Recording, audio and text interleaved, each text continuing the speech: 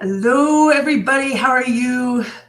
I see Survival's in the house, different Noma's in the house. Survival says, I'll try and learn something today. It's a good day to learn stuff. And different Gnome says, did you know that pi ends at what is called the feminine point and just turns into nines? I did not know that. That's fascinating. It goes, there you go, something falsish, but new. All right. Oh, my goodness. So welcome, everybody, this evening. I may be getting a delivery at some point during this thing because my booze has not showed up. I did a search last time. I've been drinking 1792, which is a good bourbon, but I've been told by reputable sources, namely Rakita Law, that the full proof is what you want. So I searched for full proof. They didn't have it at my delivery service. But then today when I searched, they had it. So I have 1792 full proof coming on delivery. Isn't that awesome? So, and it started snowing here. So I'm a little bit migraine-y, but it's not too terribly bad. And we are going to do the continuation of where we left off with Jordan Peterson on the biblical studies. And this is just an introduction, and it's kind of a misnomer. It's not even an introduction to the idea of God. It's an introduction to the Bible itself. So if you didn't catch the last one, go ahead and catch up on the last video, or just you can see the minute marker there. And we're at 59:56. So just about perfectly an hour in. And that way you're paralyzed. You're turned to stone. All right. And we're talking about snakes and stuff like that. So, yeah. So let's just get into it. And some of those things are real world threats, but some of them are psychological threats, which are just as profound but far more abstract. But we use the same systems to represent them. That's why you freeze if you're frightened, right? You're a prey animal. You're like a rabbit. You've seen something that's going to eat you. You freeze. And that way you're paralyzed. You're turned to stone, which is what you do when you see a Medusa with a head full of snakes, right? You're turned to stone. You're paralyzed. And the reason you do that is because you're using the predator detection system to protect yourself. Your heart rate goes way up, and you get ready to move. Things that upset us rely on that system. And then the Marduk story, for example, is the idea that if there are things that upset you, chaotic, terrible, serpentine, monstrous, underworld things that threaten you, the best thing to do is to open your eyes, Hey, Lawrence. get your speech organized, and go out and confront the thing and make the world out of it.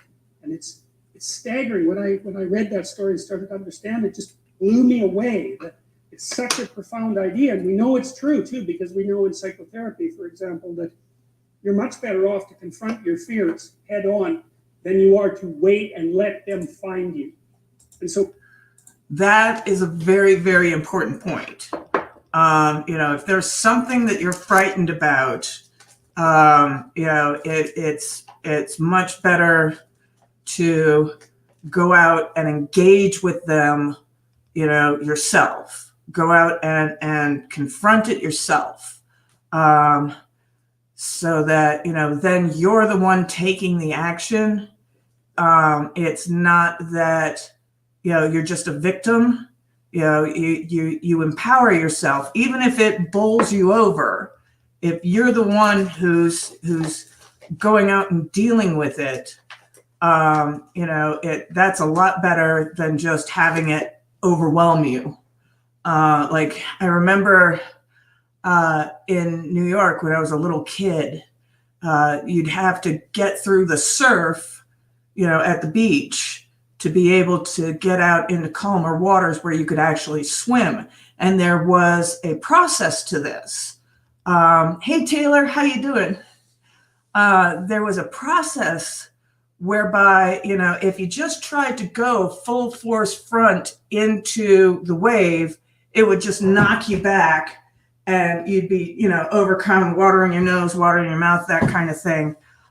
So what you had to do was you had to turn your body to the side, put your shoulder into the wave and leap at the same time so that you met it at the peak.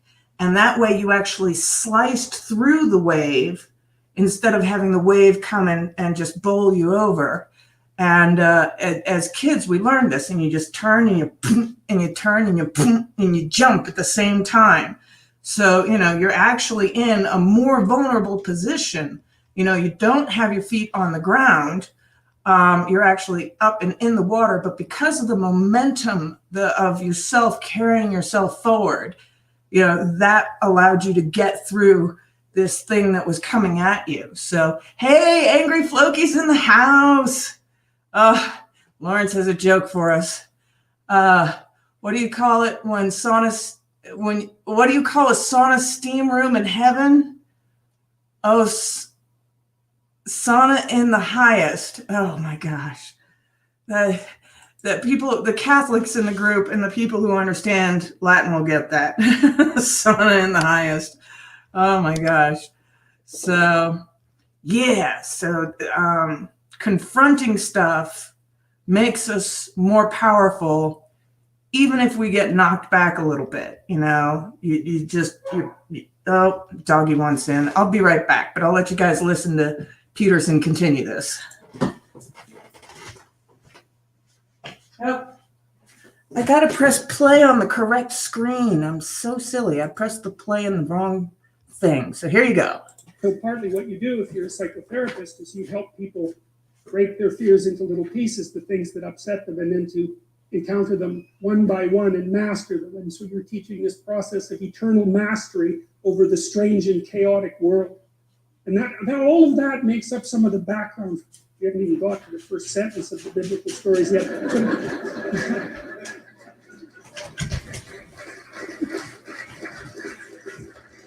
But all of that makes up the background. So you have to think that we've extracted this story, this strange collection of stories with all its errors and its repetitions and its peculiarities out of the entire history that we've been able to collect ideas. And it's the best we've been able to do. I know there are other religious traditions. Hey, Logic, how you doing? Welcome. So we're just to catch people up on where we are. We're talking about that fear instinct that makes you freeze and confronting it. And I missed the joke because I was letting the dog in, or what the people applauded at. But let's get back into it. I love this series. I love this series. This series did so much for me. Not concerned about that at the moment because we can use this as an example, but it's the best we've been able to do. And what I'm hoping is that we can return to the stories in some sense with an open mind and see if there's something there that we actually need, and I hope that will be the case. As I said, I'll approach it as rationally as I possibly can. So, well, this is the idea to begin with. We have the unknown as such, and then we act in it like animals act. They act first. They don't think. They don't imagine. They act, and that's where we started. We started by acting, and then we started to be able to represent how we acted. And then we started to talk about how we represented how we acted. And that enabled us to tell stories, because that is what a story is. It's to tell about how you represent how you act. And so you know that because if you read a book, what happens? You read the book and images come to mind of the people in the book behaving, right? It's one step from acting it out. You don't act it out because you can abstract. You can represent action without having to act it out. It's an amazing thing, and that's part of the development of the prefrontal cortex. It's part of the capacity for human abstract thought, is that you can pull the behavior, the representation of the behavior, away from the behavior and manipulate the representation before you enact it. That's why you think, is so that you can generate a pattern of action and test it out in a fictional world before you embody it and die because you're foolish. And that's a great point. Different Gnome says, here's the fuller truth, and this is going back to his earlier comment about pi. The feminine is a mathematician that memorized pi out to 30 or so numbers, and it hits a point that it is 5 nines in a row. After reciting it, he would say that it was nines the rest of the way. Yeah, it's 3.141592, I think. That's as far as I've got it memorized out. But yeah, we got Doggy in the background. Sam's joining us. So yeah, how's everybody doing tonight? I forgot to ask that. Forgive me for being out of sorts. Yes, yeah. You're a good boy. Oh.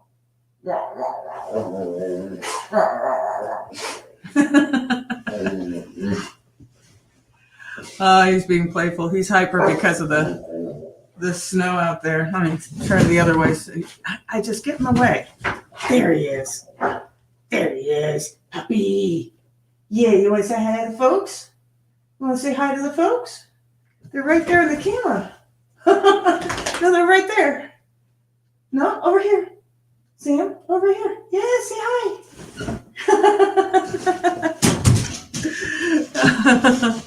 Oh, he's adorable. I love my doggy. He's so smart. He understands Zoom calls, which is hilarious. He's totally being cute. He's totally being cute. Yeah, a little bit hyper because it's snowing right now. The dogs get hyper, and I get in no mood to deal with hyper. But he understands Zoom calls, and when my mom is on the Zoom call, he'll actually react to her on the screen. It's hilarious. And her dog and my dog will communicate over Zoom. So, but anyway, what's amazing about our minds is that because of the process speed it takes to deal with reality, we think that we are dealing with reality right now, in this present moment. But that's not true, because it actually takes time for our eyes and our brains to process, it's microseconds, but at the same time, it is a time gap. And so what we're actually doing all the time is we're anticipating the future. We're not actually in the present moment. There he is, isn't he adorable? And so because our minds are anticipation machines, we can think about the future because we have to in order to live in the present.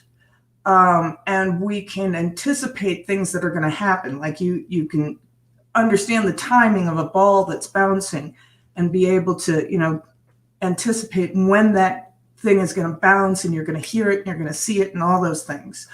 And that's actually why, like, if you're in a car crash or you're in some other sort of highly, highly stressful situation, you'll notice that time will slow down. And what that is that it's not that time slows down, it's that your perception of time actually speeds up because of the neurochemistry that's released in your brain. And so you're able to see things because there's that sense of time slowing down. You're actually able to see and react and do things faster than you normally would be able to do because it's an emergency situation. And they've actually done tests on this with like car crashes and things like that. And your body is reacting. Once you see that fear, once you recognize that fear that has triggered that system, your body's reacting faster than you can actually think. And you'll go into auto drive, you'll slam on the brakes, that sort of thing. And your foot is already moving faster than you can think about it. And that's why things like martial arts, you practice that repetition over and over and over again, because muscle memory is something that's separate from thinking. So when you're in a fight and things like that, when it's a high adrenaline, I think that might be my delivery. When it's a high adrenaline situation, you don't have to think about it and you can react faster. So yeah, that's why, the old saying, practice makes perfect. Well, doorbell's not ringing yet, so let's get back to Peterson. All right. Where is it? It's right there. Too many tabs open. Too many tabs open. Right? You let the representation die, not you. And that's why you think. And so that's partly what we're trying to do with these stories. What do I hope to accomplish? I hope to end this 12 lecture series knowing more than I did when I started. That's my goal, because I said that, you know, I'm not telling you what I know. I'm trying to figure things out, and this is part of the process by which I'm doing that. And so I'm doing my best to think on my feet. You know, I'm going to come prepared, but I'm trying to stay on the edge of my capacity to generate knowledge and to make this continually clearer and to get to the bottom of things. And so I'm hoping that that's what I want to accomplish. And it seems like people are interested in that. So then we're going to try to accomplish that together. And so that's the plan. And the idea is to see if there's something at the bottom of this amazing civilization that we've managed to construct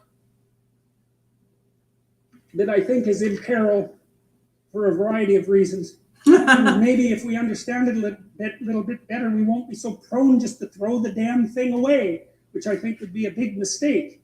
And to throw it away because of resentment and hatred and bitterness and historical ignorance and jealousy and a desire for destruction and all of that. It's like, I don't want to go there. I don't want to go there either, but a lot of people seem very hell-bent on that path right now. And not just, you know, nationally, but, you know, locally, statewide, globally. I mean, we're in deep trouble, folks. We're in deep trouble.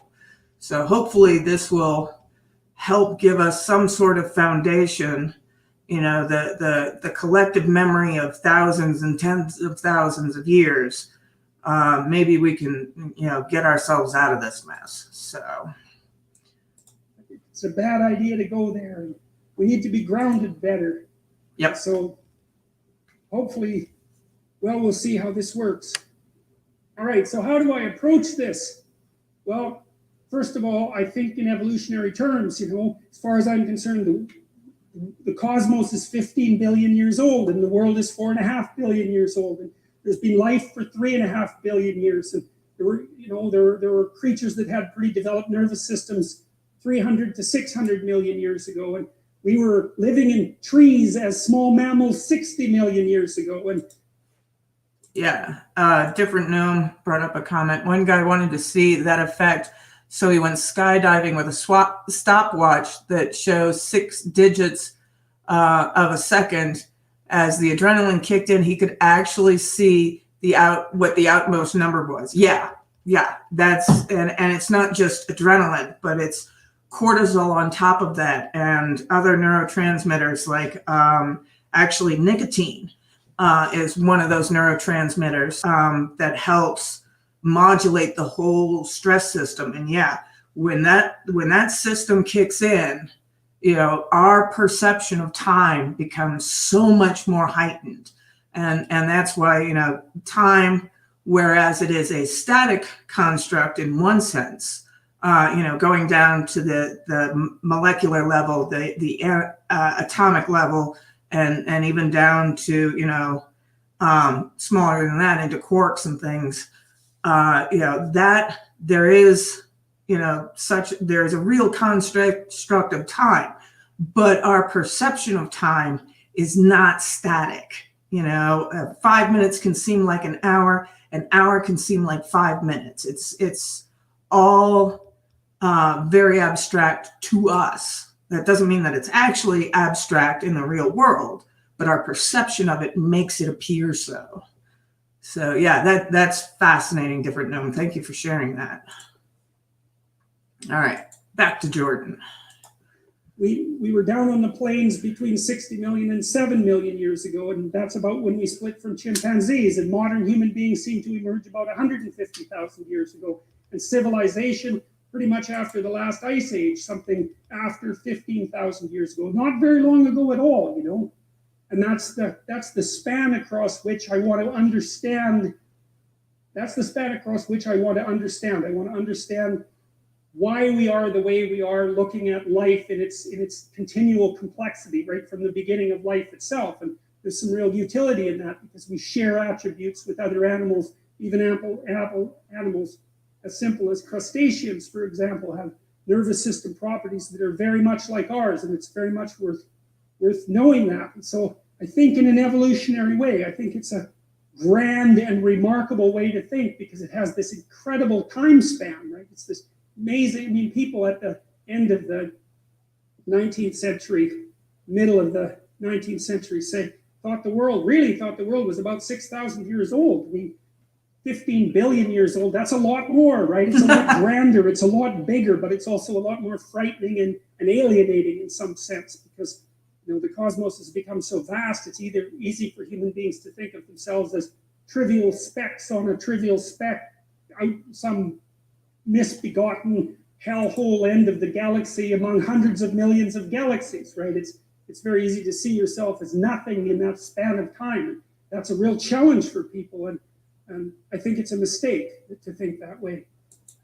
That's what fascinated me about the Voyager spacecraft.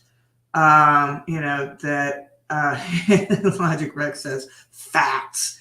Yeah, when Voyager sent one of its last picture, as far as we know, of what the sun looked like from Pluto, I mean, it was just this pinprick of light, this tiny little pinprick. And, that on Earth, it's, size of a quarter, depending on, how the light is magnifying or not. But for what is our sun that gives us, the warmth, the seasons, day and night, and things like that, to just be this one tiny pinprick way off in the distance, it's like, oh wow, you can really start to feel insignificant. Hello, Shaman, welcome. I hope that you're finding today well too. I'm a little bit kerfuffled because we've got snow going on right now, but thank God I'm not in too much pain. Just all the other symptoms that I get with migraine are kind of going on right now. But yeah, it's if you look at the universe as something that vast and us as something that small, we can really feel insignificant. But the truth is that we are so significant. There's something so very important going on in each and every one of our lives, that we can't think in terms of the size of the universe. We very much have to remember that moment to moment our lives are bigger than that, and can be an entire universe unto themselves. So, thoughts can really, mess with our heads. Information can really mess with our heads, and we have to remember to stay grounded in what's important. And I hope this series helps you as much as it's helped me. So, let's get back to Jordan. Because I think consciousness is far more than we think it is, but it's still something we have to grapple with. Yep, there you go. I'm a psychoanalytic thinker, and what that means is that I believe that people are collections of subpersonalities, and that those subpersonalities are alive. They're not machines. They have their viewpoint, they have their wants, they have their perceptions, they have their arguments, they have their emotions. They're like low resolution representations of you. When you get angry, it's a very low resolution representation of you. It only wants rage, or it only wants something to eat, or it only wants water, it only wants sex. It's you, but shrunk and focused in a specific direction. And all those motivational systems are very, very ancient, very archaic, and very, very powerful. And they play a determining role in the manner in which we manifest ourselves. And as Freud pointed out with the id, we have to figure out how to take all those underlying animalistic motivations and emotions and civilize them in some way, so that we can all live in the same general territory without tearing each other to shreds, which is maybe the default position of both chimpanzee and humanity? I wouldn't say that. I wouldn't say that tearing each other to shreds is the default position, because, you know, cooperation, interconnectivity seems to be more the baseline. And one of the ways that I discovered this was through EMDR, and I'll shut up soon enough. But one of the concepts from EMDR is that all your past selves, like all the different people you were growing up, you know, you have your inner child, and you actually have several inner children, and you have inner teenagers, and you have, you know, inner 20-year-olds and stuff like that. And that there are events of our lives that can freeze us at a certain age. And what the brain does is it sticks a flag on something, and it says, you know, this is important. Remember this. And most of the time it's trauma and things like that. But it can also be happy memories, like you go to an amusement park and you turn into a kid again, or you go and see the circus and you turn into a kid again, or you're around kids and you turn into a kid again, because all of those memories are still within us, and we can become embodied by our past selves. So, like, one of the things that I know is that, you know, when I was a little kid, I woke up to, you start next week, Logic, that's awesome. When I was a little kid, I woke up to the sound of my parents fighting, and I had long been sent to bed. They were about to go to bed, and they were having a fight before they went to bed. And I woke up, I was 2 years old, because it was before my sister had been born. And they were screaming at each other at the top of each other's lungs. Hey, Samantha P's in the house. How you doing, girl? And I woke up, the whole house was dark except for the bedroom.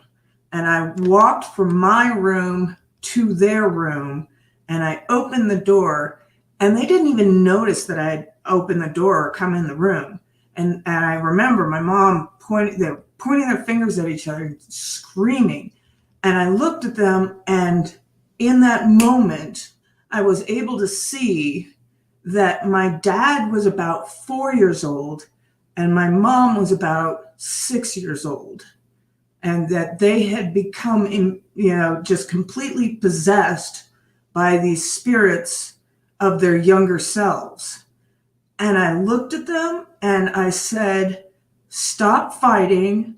Mommies and daddies are not supposed to fight. And they looked at me, and, you know, the fight was over. But it was horrifying for me in that moment, because I realized that I was a child being raised by other children. And from that point on, from when I was 2 years old, I did not feel safe anymore. So I grew up in a very dysfunctional household. Yeah, so we can totally be possessed by former selves, by smaller parts of our personality, you know, all that kind of stuff. And a lot of times you'll even go into almost a trance-like sort of state where you lose your ability to express yourself as you would, you know, in your current self. And when the situation is over, like when the rage passes or the fear passes or whatever, you suddenly come back to yourself and you go, oh, wow, what the hell was I doing?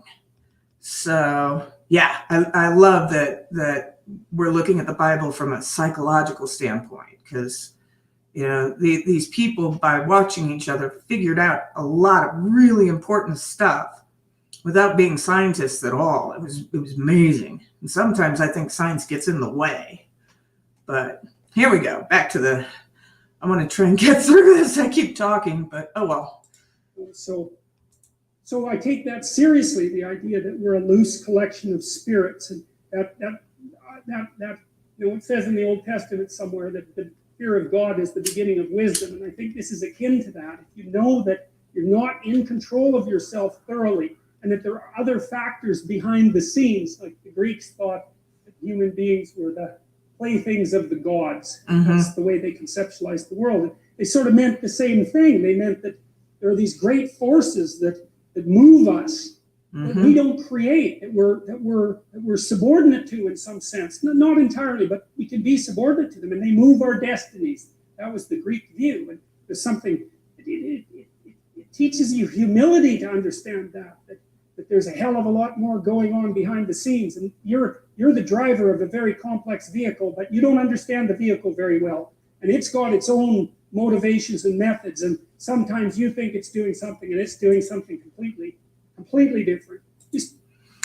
Jonathan Haidt used the analogy, I think it's from India or that kind of area of Asia, that we're not so much in control of our minds as our minds are an elephant and we are the rider on the back of the elephant.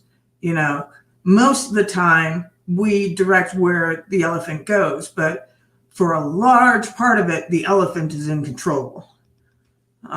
So if you haven't read Jonathan Haidt's stuff or seen his TED Talks, he's fabulous. So you see that in psychotherapy all the time, because you help someone unwind a pattern of behavior that they've manifested forever. First of all, they describe it, then they become aware of it. Then maybe they start to see what the cause is. They have no idea why they were acting like that. They have to have the memory that produced the behavioral pattern to begin with. It has to be brought back to mind, and then it has to be analyzed and assessed, and then they have to think about a different way of acting, and it's extraordinarily complex. So, psychoanalytic, literary. Well, there's this postmodern idea about literature and about the world, for that matter, that if you take a complex piece of literature like a Shakespeare play, there's no end to the number of interpretations that you can make of it. You can interpret each word, you can interpret each phrase, each sentence, each paragraph, you can interpret the entire play. The way you interpret it depends on how many other books you've read, depends on your orientation in the world. It depends on a very, very large number of things, how cultured you are or how much culture you lack. All of those things. It opens up a huge vista for potential interpretation. And so the postmodernists sort of stubbed their toe on that and thought, well, if there's this vast number of interpretations of any particular literary work, how can you be sure that any interpretation is more valid than any other interpretation?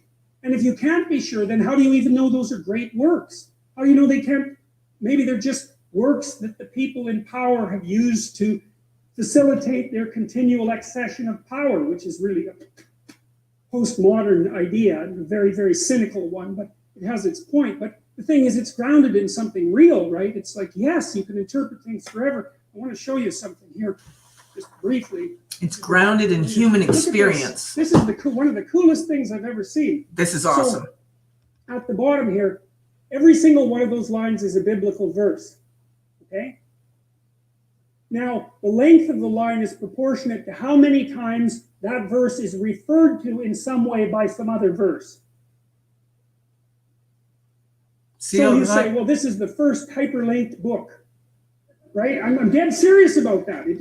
You can't click and get the hyperlinks, obviously, but it's a thoroughly hyperlinked book, and it's because, well, the people who worked on these stories that are hypothetically at the end, right, which is, the end can't affect the beginning. That's the rule of time, right? What happens now can't affect what happened to you 10 years ago, even though it actually can, but whatever. Well, you reinterpret things, right? And they're not the same, but whatever, we won't get into that. But technically speaking, the present cannot affect the past. But if you were looking at a piece of literature, that's not right, because when you write the end, you know what was at the beginning. And when you write the beginning or edit it, you know what's at the end. And so you can weave the whole thing together. There's 65,000 cross-references, and that's what this map shows.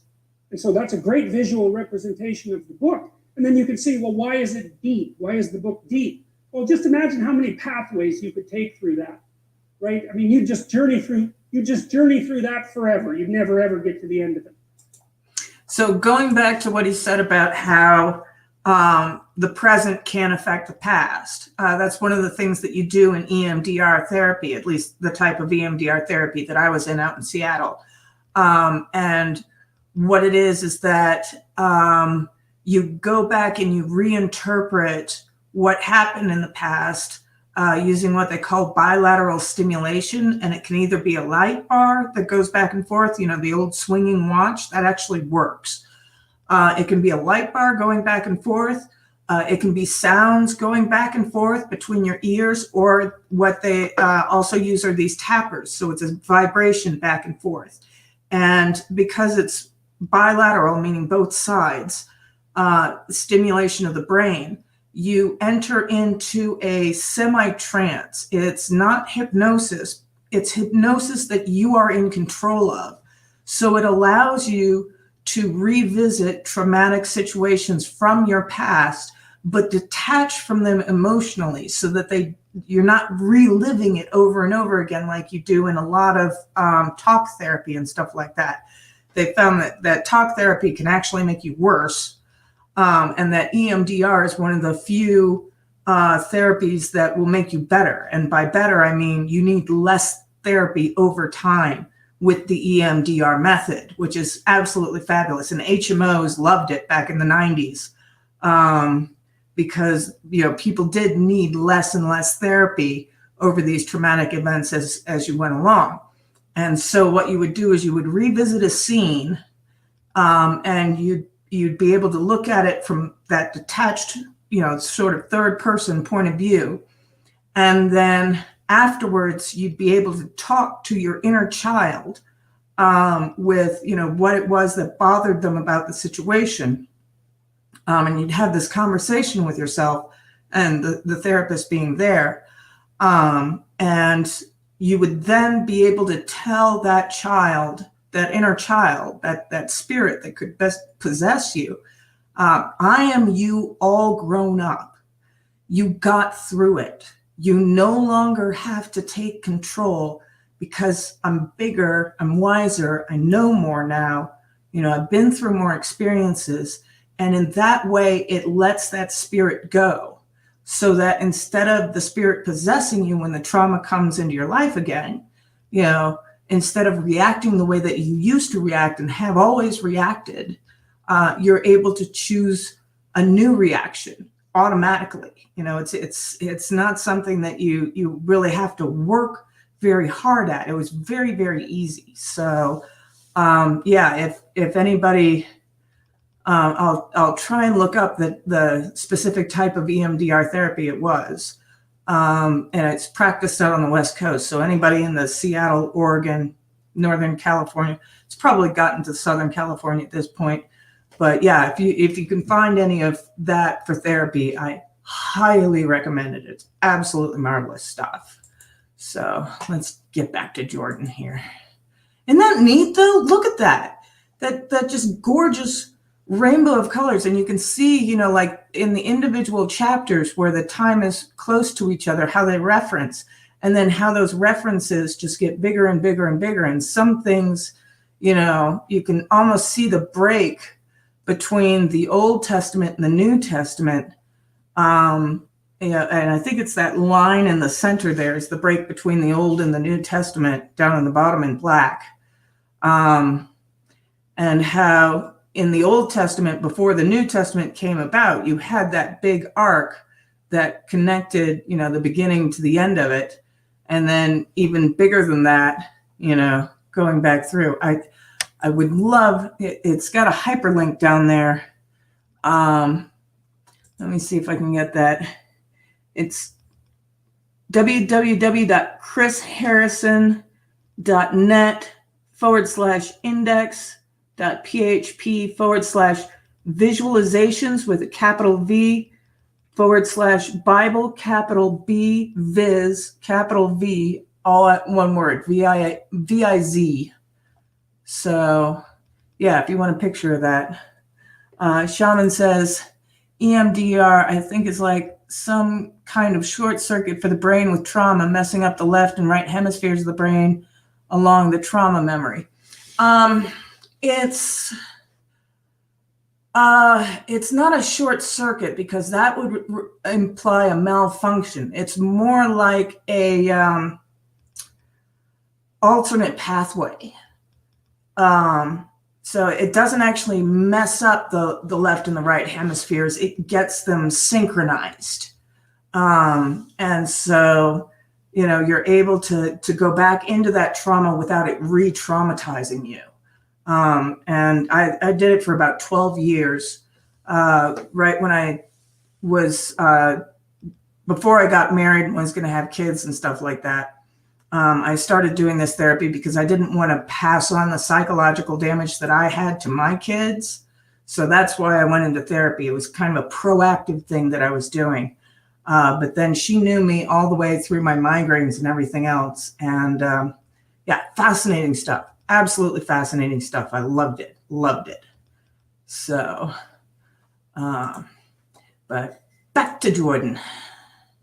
There's permutations and combinations, and every phrase is dependent on every other phrase, and every verse is dependent on every other, not entirely, but 65,000 is not a bad start. And so, okay, well, so that's another issue in some sense that seems to make the postmodernist critique even more correct. How in the world are you going to extract out a canonical interpretation of something like that? It's like it's not possible. But here's the issue, as far as I can tell. I just want to pause it because you made a good analogy there, different gnome. Driving on the shoulder while watching your old self drive on the main lane. It's more like being in a helicopter while watching your old self drive on the main lane. So, but yeah, that's a very good analogy. I like that. So the postmodernists extended that critique to the world. They said, look, well, a text is complicated enough. You can't extract out a canonical interpretation. What about the world? The world's way more complicated than a text. And so there's an infinite number of ways that you can look at the world. And so how do we know that any one way is better than any other way? That's a good question. And actually the counter to the postmodernist idea of a text can be interpreted in any number of ways. That actually is not true. And if you want to get into this, you want to study semiotics by Umberto Eco. He did the novel The Name of the Rose. Not sure if you know that, which is a takeoff of Sir Arthur Conan Doyle's Hound of the Baskervilles. And the interesting thing that Umberto Eco noticed was that the text is an interplay between the text itself and the reader, and you can purposely lead people off paths and stuff like that. So Taylor said, could that be like when you go on a cruise and when you get off the ship you feel unbalanced on land? Except the thing is that you don't feel unbalanced at all. It's actually, you feel more in control. So it's, I would equate it to, because I had my sea legs when the big earthquake hit Seattle. I think it was like 98 or something like that. There was an 8.0 earthquake that hit Seattle, and I was in that tunnel that goes from the terminal to the plane. And, we thought that we'd been like that arm had been hit by a truck or something like that with the way it was shaking so much. And everybody went down on the ground except for me because, I immediately got my sea legs and I just kind of rode it. So it's that ability to have your sea legs and not have that pitching and turning. It was 2001 survival. Okay, cool. I knew it was around that time. But yeah, it's being able to stay upright when things get rocky. So yeah, it's much more of a hyper Nisqually earthquake. Yep. Yeah, the Nisqually earthquake. That was a hell of an earthquake. And so yeah, It's having more control, not less control, if that answers your question, Taylor. But going back to Umberto Eco and the postmodernists, Umberto Eco showed that you could actually, he wrote a book called Foucault's Pendulum. They call you sea leg Pam in these parts. That's awesome. I think that's my delivery. Samson, hush! So I'll be right back. And we'll let... Samson! Hey! All right. I'll be right back. Now, the postmodern answer was we can't. And that's not a good answer because you drown in chaos under those circumstances, right? You can't make sense of anything. And that's not good because it's not neutral to not make sense of things. It's very anxiety provoking. It's very depressing because if things are so chaotic that you can't get a handle on them, your body defaults into emergency preparation mode and your heart rate goes up and your immune system stops working and like you burn yourself out, you age rapidly because you're surrounded by nothing you can control. It's that's an existential crisis, right? It's anxiety provoking and depressing, very hard on people. And even more than that, it turns out that the way that we're constructed neurophysiologically is that we don't experience any positive emotion unless we have an aim and we can see ourselves progressing towards that aim. It isn't precisely attaining the aim that makes us happy. As you all know, if you've ever attained anything, because as soon as you attain it, then the whole little game ends, then you have to come up with another game, right? So it's Sisyphus, and that's okay, but it does show that the attainment can't be the thing that drives you because it collapses the game. That's what happens when you graduate from university. It's like you're king of the mountain for one day, and then you're like surf at Starbucks for the next 5 years, you know? So, yeah.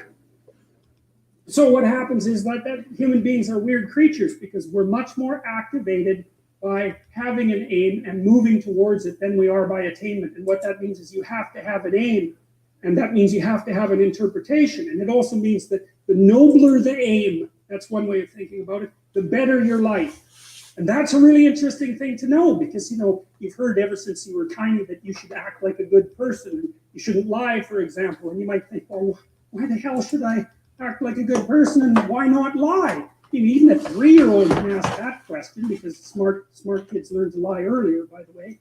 And they think, well, why not twist the fabric of reality so that it serves your specific short-term needs? I mean, that's a great question. Why not do that? Why act morally? If you can get away with something and it brings you closer to something you want, well, why not do it? These are good questions. It's not self-evident. Well, it seems to me tied in with what I just mentioned. It's like you destabilize yourself and things become chaotic. That's not good. And if you don't have a noble aim, then you have nothing but shallow, trivial pleasures, and they don't sustain you. And that's not good because life is so difficult, it's so much suffering, it's so complex. It ends and everyone dies and it's painful. It's like without a noble aim, how can you withstand any of that? You can't. You become desperate, and once you become desperate, things go from bad to worse very rapidly when you become desperate. And so there's the idea of the noble aim, and it's not something. It's something that's necessary. It's the bread that people cannot live without, right? It's not physical bread. It's the noble aim. And what is that? Well, it was encapsulated in part in the story of Marduk. It's to pay attention. It's to speak properly. It's to confront chaos. It's to make a better world. It's something like that. And that's enough of a noble aim so that you can stand up without, cringing at the very thought of your own existence so that you can do something that's worthwhile to justify your wretched position on the planet. So now the literary issue is that, so look, you take a text, you can interpret it a variety of ways, but that's not right. This is where the postmodernists went wrong because what you're looking for in a text and in the world, for that matter, is sufficient order and direction. So then we have to think, well, what does sufficient order and direction mean? Well, you don't want to suffer so much that your life is unbearable, right? That just seems self-evident. Pain argues for itself. I think of pain as the fundamental reality because no one disputes it, right? I mean, even if you say that you don't believe in pain, it doesn't help when you're in pain. That is so true. I mean, we can dispute other people's pain, but, when we ourselves are in pain, there's no denying that we're in pain. And it's like, that's why I don't mind being a chronic pain patient. Oh, Justice, welcome. I haven't seen you in the chat before. So Justice Kenton, welcome to the group. Survival says, when I was in Texas, they had we've got drive-through liquor stores here. When I was in Missouri, they closed the liquor stores on Sunday. So you'd go over the river and through the hood to Illinois to the drive-through liquor stores there. But yeah, this is the good stuff. This is the foolproof. So, you're very welcome. You're very welcome. The more the merrier. So, enjoy everybody in the chat. I see that Survival. So, or just thanked them for the link. But to the link to this. Got it. So Survival. Hallelujah. So, but anyway, back to pain. I feel like my pain grounds me because if I'm out of pain for too long, I forget, how devastating pain is. And if my aim is to help chronic pain patients with my other project, we got our NPO status. I just have to send the last bit of money in for the certificate, but we're official. We're in business. The NPO is up and running, and we're going to try and get the web page out as soon as possible. But the chronic pain nonprofit is a go. Logic says sounds like a good state to move to. Yeah, Texas is a great state. It's huge. It's a good state. Different. Just don't open the bottle. Vegas does have drive-through liquor and daiquiri stores, and it is an open carry. I think Louisiana is also open carry. Missouri used to be open carry, and this was hilarious because the way that they had struck down the law originally. Okay, cool. So 21. Oh, a youngin' and lives in Montana. Right on. Nonprofit organization, Justice, or different gnome. I'm doing a nonprofit for chronic pain patients to help both chronic pain patients and doctors to deal with all the regulations. We are over-regulated up to the gills. Montana's open carry too. Yeah, Missouri used to be open carry because the way they had written the law, if you had an open Ziploc bag with a peanut butter and jelly sandwich in it, that was open carry. And so they were able to strike it down because the law was too vaguely defined. So, you're out in the same area that, or Justice, I don't know if the same area, but you're both in Montana as Lawrence. So he's another one in the chat. Different gnome says, woohoo, not the youngest in here anymore. Oh my gosh. So should be fun times. But I've forgotten where we were in this video, so let's get back to it.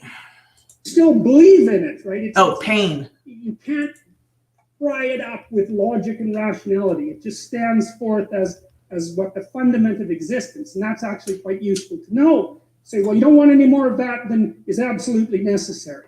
And I think that's self-evident. And then you say, wait a minute, it's more complicated than that. You don't want any more of that that's necessary today, but also not tomorrow and not next week and not next month and not next year. So however you act now, better not compromise how you're going to be in a year, because that would just be counterproductive. That's part of the problem with short-term pleasures, right? It's like, act in haste, repent at leisure. Everyone knows exactly what that means. So you have to act in a way that works now and tomorrow and next week and next month and so forth. And so you have to take your future self into account. And human beings can do that. And taking your future self into account isn't much different than taking other people into account, right? Because I remember there's this Simpson episode. Yes. And Homer downs a quart of mayonnaise and vodka. Oh my gosh. He says, Marge says, you shouldn't really do that. And Homer says, that's a problem for future Homer. I'm sure glad I'm not that guy. That's so ridiculously comical, But you see, we have to grapple with that. And so the you that's out there in the future is sort of like another person. And so figuring out how to conduct yourself properly in relationship to your future self isn't much different than figuring out how to conduct yourself in relationship to other people. But then we could expand the constraints. Not only does the interpretation that you extract have to protect you from suffering and give you an aid, but it has to do it in a way that's iterable, so it works across time, and then it has to work in the presence of other people so that you can cooperate with them and compete with them in a way that doesn't make you suffer more. And people they're not that tolerant. They have choices. They don't have to hang around with you. They can hang around with any one of these other primates. And so if you don't act properly, at least within certain boundaries, it's like you're just cast aside. And so people are broadcasting information at you all the time about how you need to interpret the world so they can tolerate being around you. And you need that because socially isolated, you're insane and then you're dead. No one can tolerate being alone for any length of time. You can't maintain our own sanity without continual feedback from other people because it's too damn complicated. So you're constrained by your own existence, and then you're constrained by the existence of other people. And then you're also constrained by the world. If I read Hamlet and what I extract out of that is the idea that I should jump off a bridge, it's like it puts my interpretation to an end rather quickly. It doesn't seem to be optimally functional, let's say. And so an interpretation is constrained by the reality of the world, it's constrained by the reality of other people, and it's constrained by your reality across time. And there's only a small number of interpretations that are going to work in that tightly defined space. And so that's part of the reason that the postmodernists are wrong. It's also part of the reason, by the way, that AI people who've been trying to make intelligent machines have had to put them in a body. Because it turns out that you just can't make something intelligent in some sense without it being embodied. And it's partly for the reasons that I just described. You need constraints on the system so that the system doesn't drown in an infinite sea of interpretation. It's something like that. So that's the literary end of it. Moral. Well, morality for me is about action. I'm an existentialist in some sense, and what that means is that I believe that what people believe to be true is what they act out, not what they say. Yes. And so there's lots of definitions of truth. Truth is a very expansive word, and you can think of objective truth. But behavioral truth isn't the same as objective truth. What you should do isn't the same as what is. As far as I can tell, people debate that, but I think the reason that has to be the case is because, think about it this way. You're standing in front of a field, and you can see the field, but the field doesn't tell you how to walk through it. There's an infinite number of ways you could walk through it. And so you can't extract out an inviolable guide to how you should act from the array of facts that are in front of you, because there's just too many facts, and they don't have directionality. But you need to know. You need to know how not to suffer, and you need to know what your aim is. And so you have to overlay that objective reality with some interpretive structure. And it's the nature of that interpretive structure that we're going to be aiming at hard. I've given you some hints about it already. We've extracted it in part from observations of our own behavior and other people's behavior. And we've extracted it in part by the nature of our embodiment that's been shaped over hundreds of millions of years. But we see the infinite plane of facts, and we impose a moral interpretation on it. And the moral interpretation is what to do about what is. And that's associated both with security, because you just don't need too much complexity, and also with aim.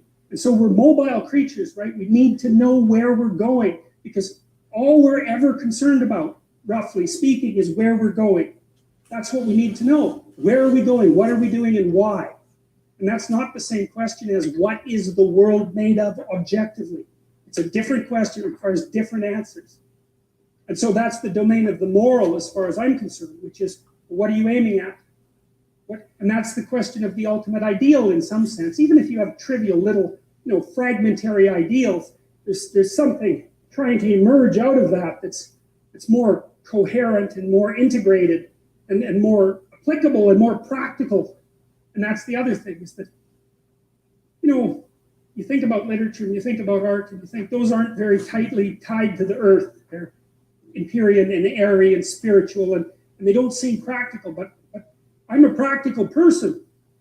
And part of the reason that I want to assess these books from a literary and aesthetic and evolutionary perspective is to extract out something of value, something of real value that's practical. Yes. Something, because one of the rules that I have when I'm lecturing is that I don't want to tell anybody anything that they can't use. Because I think of knowledge as a tool. It's something to implement in the world. We're tool-using creatures, and our knowledge is tools. And we need tools to work in the world. We need tools to regulate our emotions and to make things better and to put an end to suffering to the degree that we can, and to live with ourselves properly and to stand up properly. And you need the tools to do that. And so I don't want to do anything in this lecture series that isn't practical. I want you to come away having things put together in a way that you can immediately apply. I'm not interested in abstraction for the sake of abstraction. Thank God. Rational, well, it's got to make sense, Yeah. Because the more restrictions on your theory, the better. And so I want it all laid out causally so that B follows A and B precedes C, and in a way that's understandable and doesn't require any unnecessary leap of faith. Because that's another thing that I think interferes with our relationship with a collection of books like the Bible, is that you're called upon to believe things that no one can believe. And that's no good, because that's a form of lie as far as I can tell. And then you have to scrap the whole thing, because in principle the whole thing is about truth. And if you have to start your pursuit of truth by swallowing a bunch of lies, then how in the world are you going to get anywhere with that? And so I don't want any uncertainty at the bottom of this, or I don't want any more than I can get, than I have to leave in it, because I can't get any farther than that. And so it's going to make sense rationally. I don't want it to be pushing up against what we know to be scientifically untrue, even though science is in flux, and that's somewhat of a dangerous parameter. And if it isn't working with evolutionary theory, for example, then I think that it's not a good enough solution. That's why I love this series. That is absolutely why I love this series, is that this series marries what we know from science and what we know from evolution with the biblical stories. And that's what finally reconciled all the problems that I had with Christianity, was when those two merged, because the two seem very much at odds with each other, and that's what we're taught, in society and everything else is that Christianity is that fictional sky god sort of thing. But it's not. There are practical wisdoms that we can glean from this book. There are real tools that we can pick up from this book, and it does fit with evolution, and not just how we evolved as a civilization, but how we evolved as a species. So,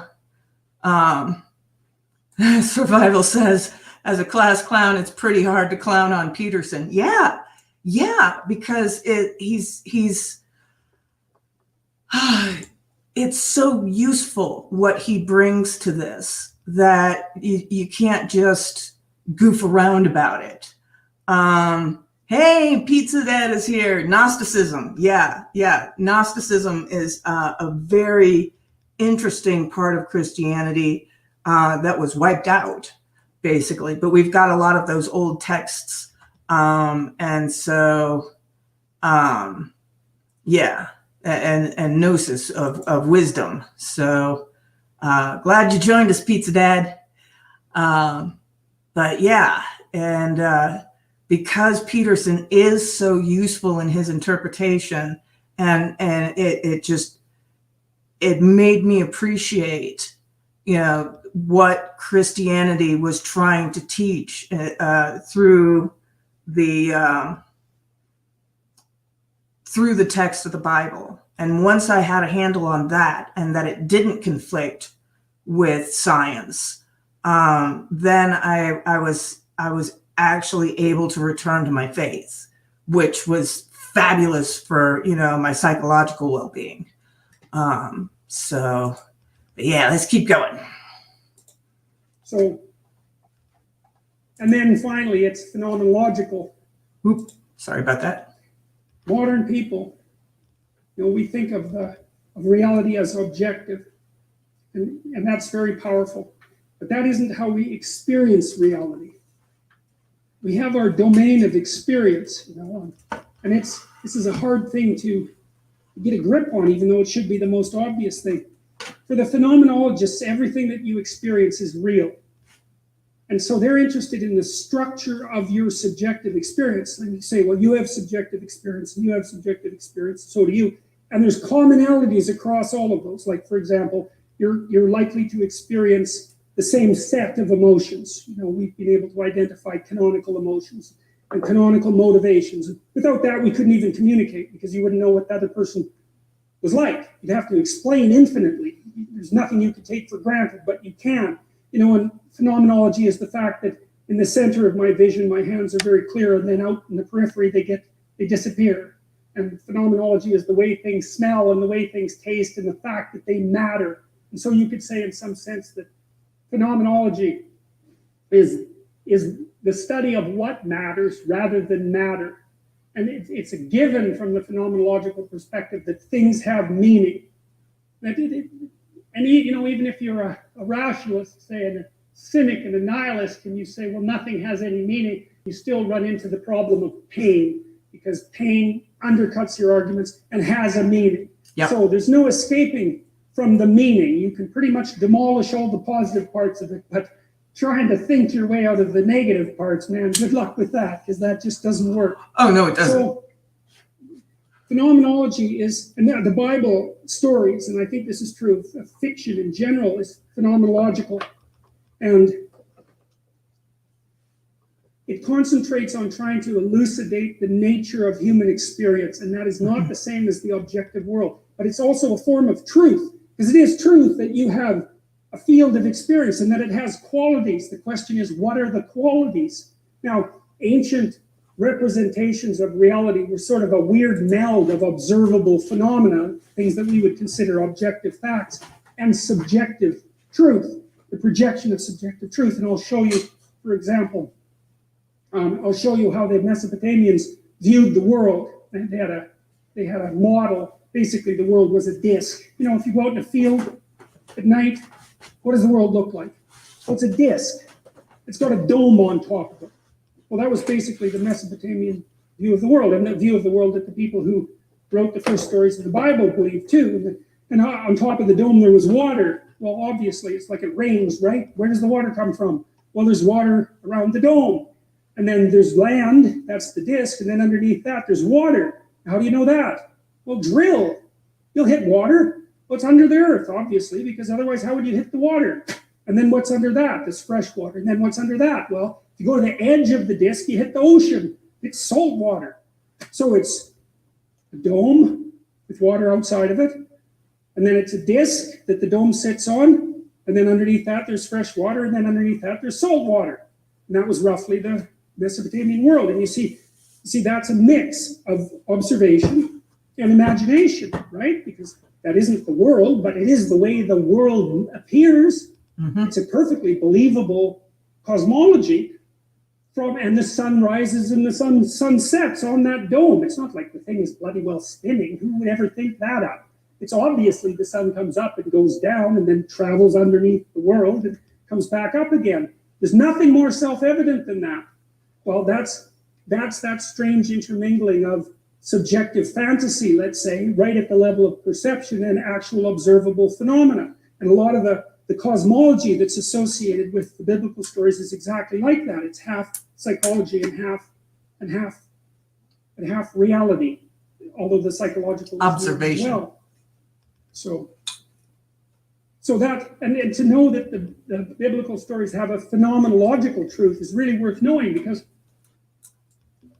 the poor fundamentalists, they're trying to cling to their moral structure, and I understand why, because it does organize their societies and it organizes their psyche, so they've got something to cling to, but they don't have a very sophisticated idea of the complexity of what constitutes truth, and they try to gerrymander the biblical stories into the domain of scientific theory, promoting creationism, for example, as an alternative scientific theory. It's like that just isn't going to go anywhere. Yeah. Because the people who wrote these damn stories weren't scientists to begin with. There weren't any scientists back then. There's hardly any scientists now. It's hard to think scientifically, man. It's like it takes a lot of training, and even scientists don't think scientifically once you get them out of the lab. And hardly even when they're in the lab. You've got to get peer reviewed and criticized, and it's hard to think scientifically. So, and however the people who wrote these stories thought was more like dramatists think, more like Shakespeare thought. But that doesn't mean that there isn't truth in it. It just means that you have to be a little bit more sophisticated about your ideas of truth. And that's okay, There are truths to live by. Mm-hmm. Okay, well, fine. Then we want to figure out what those are, because we need to live and maybe not to suffer so much. So if you know that what the Bible stories and stories in general are trying to represent is the lived experience of conscious individuals, like the structure of the lived experience of conscious individuals, then that opens up the possibility of a whole different realm of understanding and eliminates the contradiction that's been painful for people between the objective world and let's say the claims of religious stories. So, okay, so let's take a look at the structure of the book itself. So the first thing about the Bible is that it's a comedy, and a comedy has a happy ending, right? So that's a strange thing, because the Greek God stories were almost always tragic. The Bible is a comedy. It has a happy ending. Everyone lives. There's a heaven. So now, what you think about that is a completely different issue. I'm just telling you the structure of the story. It's something like there was paradise at the beginning of time, and then some cataclysm occurred and people fell into history, and history is limitation and mortality and suffering and self-consciousness. But there's a mode of being, or potentially the establishment of a state, that will transcend that. And that's what time is aiming at. So that's the idea of the story. It's a funny thing that the Bible has a story because it wasn't written as a book, right? It was assembled from a whole bunch of different books. And the fact that it got assembled into something resembling a story is quite remarkable. And what the question is then, well, what is that story about? And how did it come up as a story? And then I suppose as well, is there anything to it? It constitutes a dramatic record of self-realization or abstraction. I already mentioned that. So the idea, for example, of the formulation of the, let's say, the image of God is an abstraction. That's how we're going to handle it to begin with.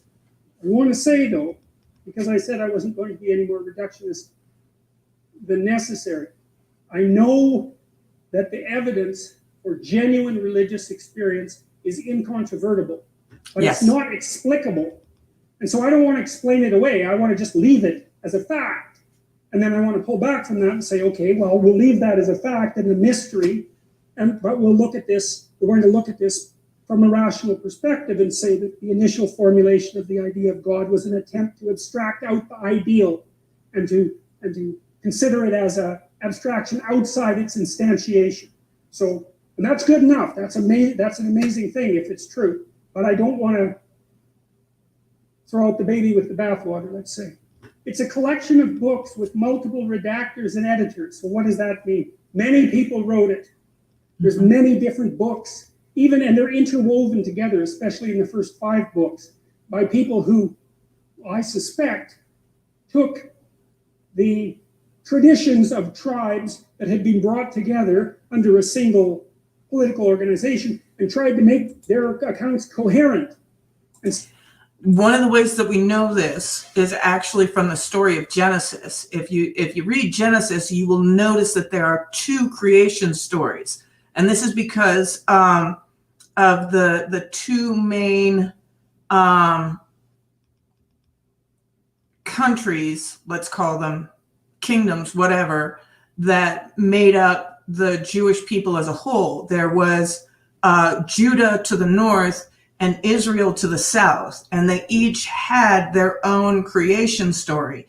And instead of just, combining them or commingling them, they kept both accounts in because each story had value, but they contradicted enough so that they couldn't, weave them together perfectly. So they just stuck both creation stories in Genesis. So like you'll read one creation story and then you'll read a second creation story directly following it. So yeah, we know that to be, the case, that this was a collection of tribal stories that came together. So they took a little of this, and they took a little of that, and they took a little of this, and they tried not to lose anything because it seemed valuable, or it was certainly valuable to the people who had collected the stories. They weren't going to, tolerate too much editing, but they also wanted it to make sense to some degree, so it wasn't completely logically contradictory and completely absurd. And so many people wrote it, and many people edited it, and many people assembled it over a vast stretch of time. And we have very few documents like that. And so just because we have a document like that is sufficient reason to look at it as a remarkable phenomena and try to understand what it is that it's trying to communicate, let's say. And then I said it's also the world's first hyperlinked text, which is that again, and very much worth thinking about for quite a long time. Oh, there's more to that link. There's four sources in the Old Testament or the Hebrew Bible. 4 stories that we know came together. One was called the source called the priestly, and it used the name Elohim or El Shaddai for God. And I believe El is the root word for Ella as well. So El Shaddai, and that's usually translated as God or the gods, because Elohim is utilized as plural in the beginning books of the Bible. And it's newer than the Yahweh version. Now, the reason I'm telling you that is because Genesis 1, which is the first story, isn't as old as Genesis 2. Genesis 2 contains, the Yahweh version contains the story, for example, of Adam and Eve. And that's older than the very first book in the Bible. But they decided to put the newer version first.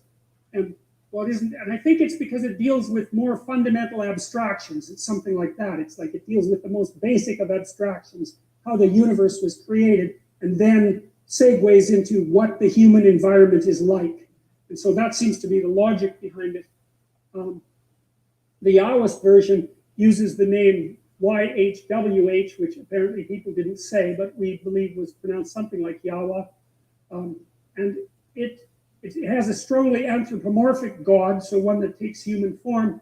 It begins with Genesis 2:4. This is the account of the heavens and the earth when, and it contains the story of Adam and Eve and Cain and Abel and Noah and the Tower of Babel and Exodus and Numbers, along with the priestly version. It also contains the law in just the form of the 10 Commandments, which is like a truncated form of the law. There's the Elohist source. It contains the stories of Abraham and Isaac.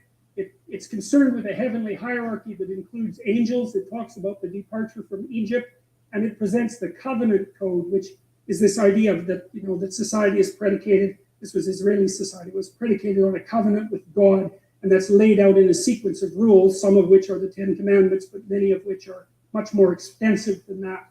And then the final one is the Deuteronomist code, and it contains the bulk of the law and what's called the Deuteronomic history, and it's independent of Genesis, Exodus, Leviticus, and Numbers. And so we know that at least now there's debate about this like there is about everything, so I'm brushing over a very large area of scholarship, but people generally assume that there were multiple authors over multiple periods of time, and the way they concluded that is by looking at textual analysis, trying to see where there are chunks of the stories that have the same kind of style or the same reference. And people argue same about language. That because, obviously it's difficult to recreate something ancient, but that's the basic idea. So it is an amalgam of viewpoints about these initial issues, and that's important to know. So it's like a collective story.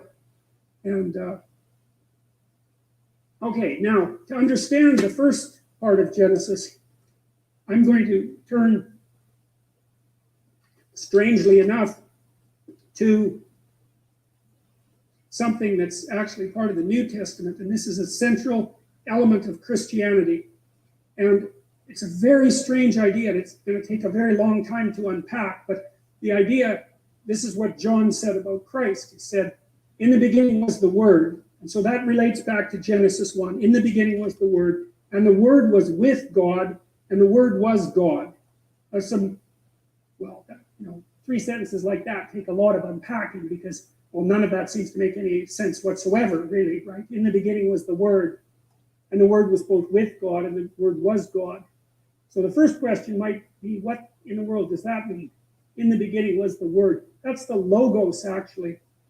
And the Logos is embodied in the figure of Christ. So there's this idea in John that whatever Christ is, the Son of God, is not only instantiated in history, say at a particular time and place as a carpenter in some backwoods part of the world, but also something eternal that exists outside of time and space that was there right at the beginning. And as far as I can tell, what that Logos represents is something like modern people. It's something like what modern people refer to when they talk about consciousness. It's something like that. It's more than that. It's like consciousness and its capacity to be aware and its capacity to communicate. It's something like that. And there's an idea underneath that, which is that being, especially from a phenomenological perspective, so the being that is experienced cannot exist without consciousness. It's like consciousness shines a light on things to bring it into being. Because without consciousness, what is there? No one experiences anything. It's like, is there anything when no one experiences anything? That's the question. And the answer that this book is presenting is that, no, you have to think about consciousness as a constituent element of reality. It's something that's necessary for reality itself to exist. Now, of course, it depends on what you mean by reality. But the reality that's being referred to here, I told you already, is this strange amalgam of the subjective experience and the world. But the question is deeper than that, too, because it is by no means obvious what there is if there's no one to experience it. And yes. The whole notion of time itself seems to collapse, at least in terms of something like felt duration. And the notion of size disappears essentially because there's nothing to scale it. And the causality seems to vanish. And so, and we don't understand consciousness, not in the least. Not at all. We don't understand what it is that is in us that gives illumination to being. We can't even measure it. In the Old Testament, at least in part, is that consciousness is associated with the divine. Now you think, well, is that a reasonable proposition? And that's a very complicated question, but at least we might note that there's something to the claim, because there is a miracle of experience and existence that's dependent on consciousness. I mean, people try to explain it away constantly, but it doesn't seem to work very well. And here's something else to think about. I think it's really worth thinking about. People do not like it when you treat them like they're not conscious, right? They react very badly to that. And then you don't like it if someone assumes that you're not conscious, and you don't like it if someone assumes that you don't have free will, that you're just absolutely determined in your actions, and there's nothing that's going to repair you, and that you don't need to have any responsibility for your actions. It's like our culture, the laws of our culture are predicated on the idea, something like people are conscious, people have experience, people make decisions and can be held responsible for them, that there's a free will element to it. And you can debate all that philosophically, and fine, but the point is that that is how we act, and that is the idea that our legal system is predicated on. Yep. And there's something deep about it, because, you're subject to the law, but the law is also limited by you, which is to say that in a well-functioning, properly grounded democratic system, you have intrinsic value. That's the source of your rights. Even if you're a murderer, we have to say the law can only go so far because there's something about you that's divine. Well, what does that mean? Well, partly it means that there's something about you that's conscious and capable of communicating, like you're a whole world unto yourself. Yep. And you have that to contribute to everyone else, and that's valuable. That you can learn new things. You can transform the structure of society. You can invent a new way of dealing with the world. You're capable of all that. It's an intrinsic part of you, and that's associated with this. It's associated, that's the idea there, is that there's something about the logos that is necessary for the absolute chaos of the reality beyond experience to manifest itself as reality. That's an amazing idea because it gives consciousness a constitutive role in the cosmos. And you can debate that, but it's not, you can't just bloody well brush it off. And that is super important. That is super, super important. Like he says, we get upset if people act like we're not conscious. We get upset if, people talk about us, as if we're not there. That offends us. It's like, well, wait a minute, I am here. And it goes to the, to the cart thing. I think, therefore I am. But that's actually kind of a bad translation.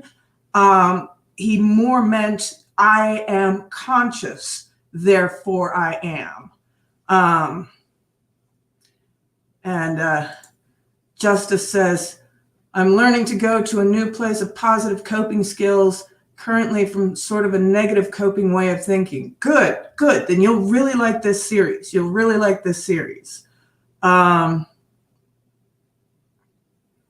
So, yeah, we get upset when we're treated like we're not conscious. We get upset when we're treated like we don't have free will. I mean, that's like being treated like a child. That our will is not our own, that we are so subject to our whims and everything else that's going on that, we can be discounted.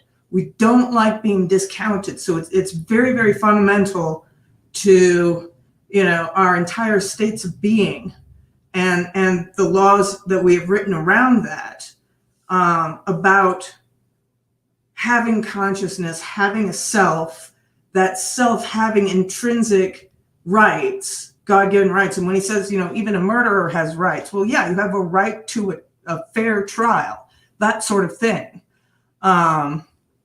So yeah, survival says you've come to the right place. Exactly. Logic says, been upset all day and can definitely say I'm upset when I try and have my relatives see the truth, yet they choose to believe in CNN, just totally ignore everything I say. Exactly. It's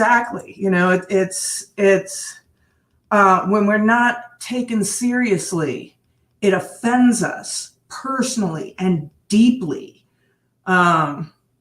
So yeah, and Samantha makes a good point. There's also an element of fairness that we recognize, right? Where, my right to throw a punch stops at the beginning of your face, sort of thing.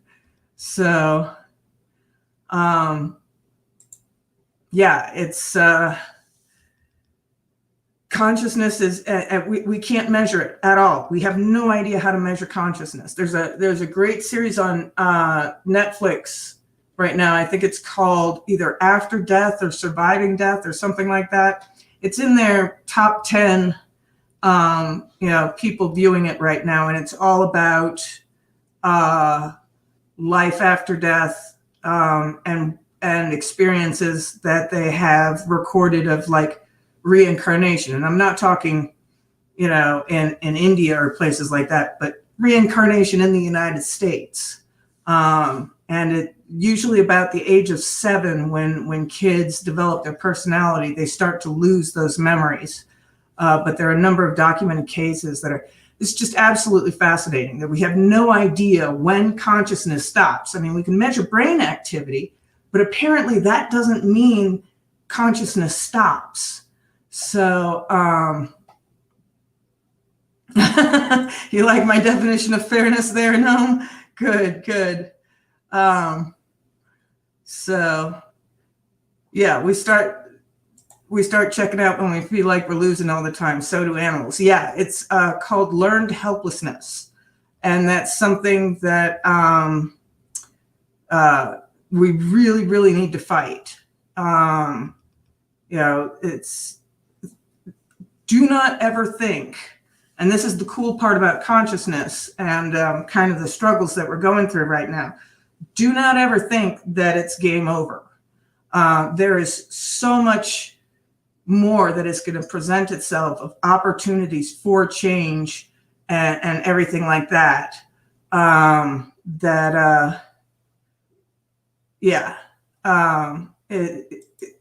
in there for the long haul. If I can tell you anything about going through horrible, excruciating pain and hanging in through that, we're talking physical pain here. And for the new people, I was disabled at age 29 with a rare disorder that caused a migraine that lasted for 4.5 years. And it was pain that was off the charts profound. They were able to actually measure my level of pain compared to other people that also experience long-term chronic migraines, because I was in a scientific study for the Occipital nerve stimulator, which is a bionic device that delivers electrical current to the occipital nerves on the back of your skull.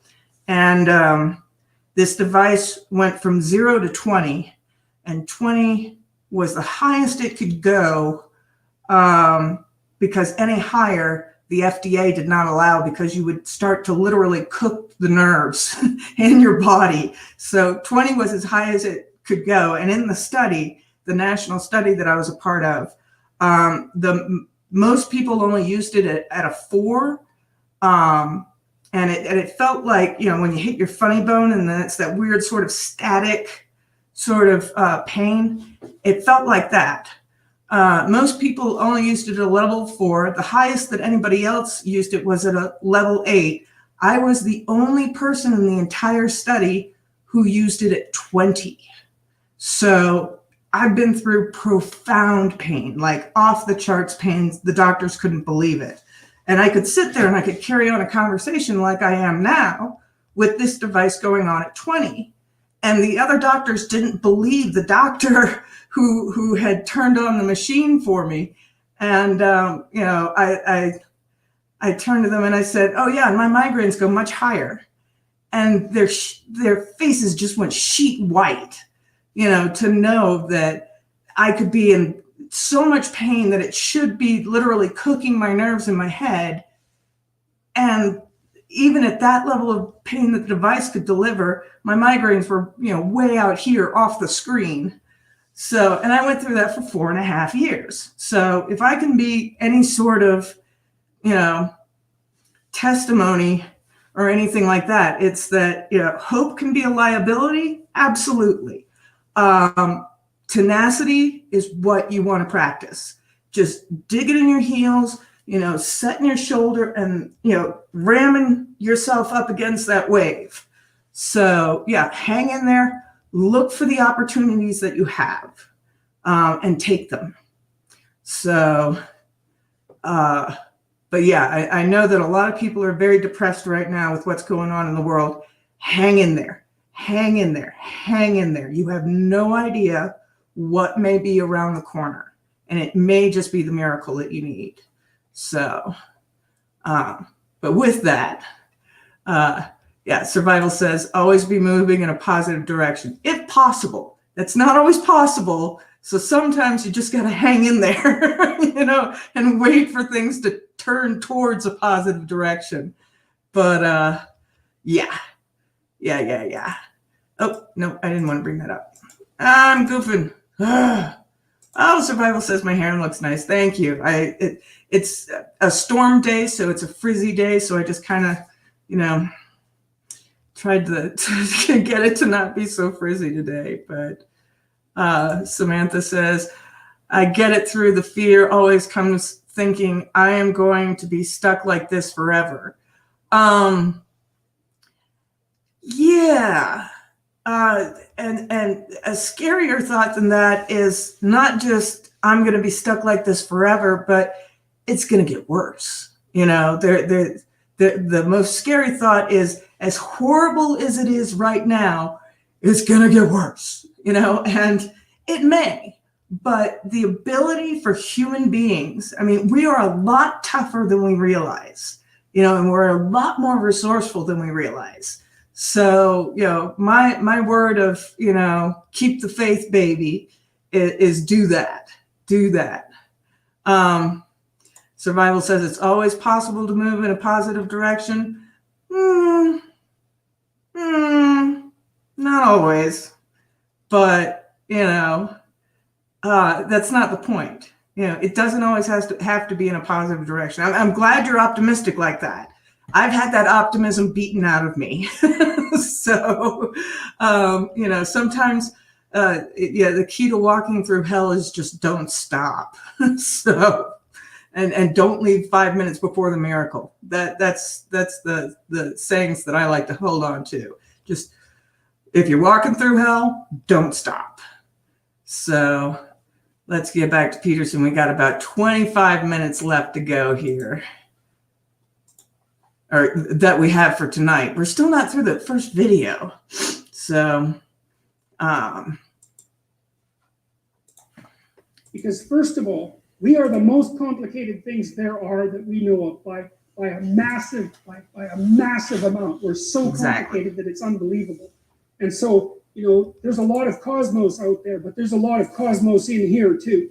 And which one is greater is by no means obvious unless you use something trivial like relative size, which, you know, really isn't a very sophisticated approach. And whatever it is that is you has this capacity to experience reality and to transform it, which is a very strange thing. You know, you can conceptualize a future in your imagination, and then you can work and make that manifest. You participate in the process of creation. That's one way of thinking about it. There you go. So that's why I think in Genesis 1, it relates the idea that human beings are made in the image of the divine, men and women, which is interesting too, because, you know, the feminists are always criticizing Christianity, for example, as being inexorably patriarchal.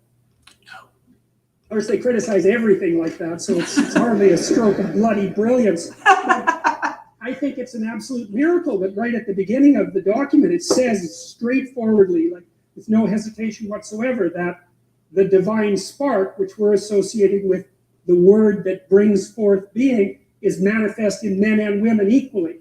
That's a very cool thing. Yes. And you got to think, well, like I said, you actually take that seriously. Well, what you got to ask is, what happens if you don't take it seriously? Ooh. Right? That's read Dostoevsky's Crime and Punishment. Yeah. That's the best investigation of that tactic that's ever been produced. Because what happens in Dostoevsky's Crime and Punishment is that the main character, whose name is Raskolnikov, decides that there's no intrinsic value to other people, and that as a consequence, he can do whatever he wants. It's only cowardice that stops him from acting, right? Because why would it be anything else if the value of other people is just an arbitrary superstition? Then why can't I do exactly what I want when I want, which is the psychopath's viewpoint? Well, so Raskolnikov does. He kills someone who's a very horrible person, and he has very good reasons for killing her. And he's half-starved and a little bit insane and possessed by this ideology. It's brilliant, brilliant layout. And he finds out something after he kills her, which is that the post-killing Raskolnikov and the pre-killing Raskolnikov are not the same person, even a little bit. Yep. Because he's broken a rule, like he's broken a serious rule, and there's no going back. Yep. And Crime and Punishment is the best investigation I know of what happens if you take the notion that there's nothing divine about the individual seriously. Now, you know, most of the people I know who are deeply atheistic, and I understand why they're deeply atheistic, they haven't contended with people like Dostoevsky, not as far as I can tell. Because I don't see logical flaws in Crime and Punishment. I think he got the psychology exactly right.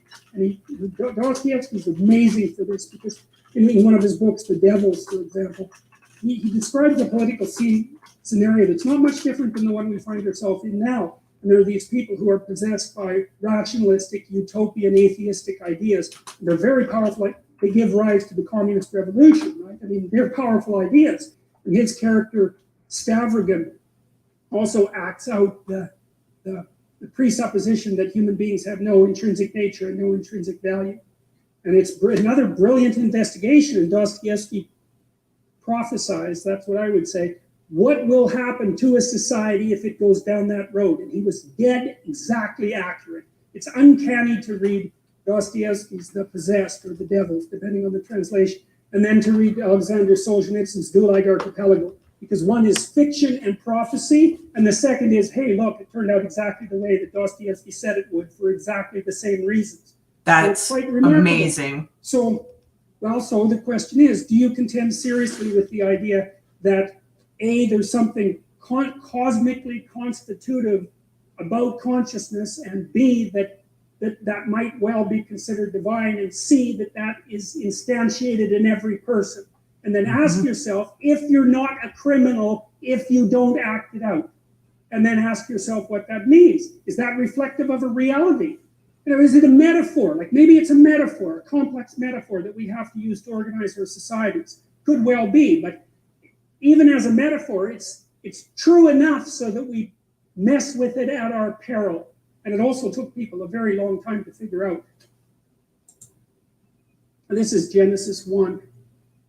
And I'm probably going to stop there because I believe it's 9:30. And so we didn't even get to the first line.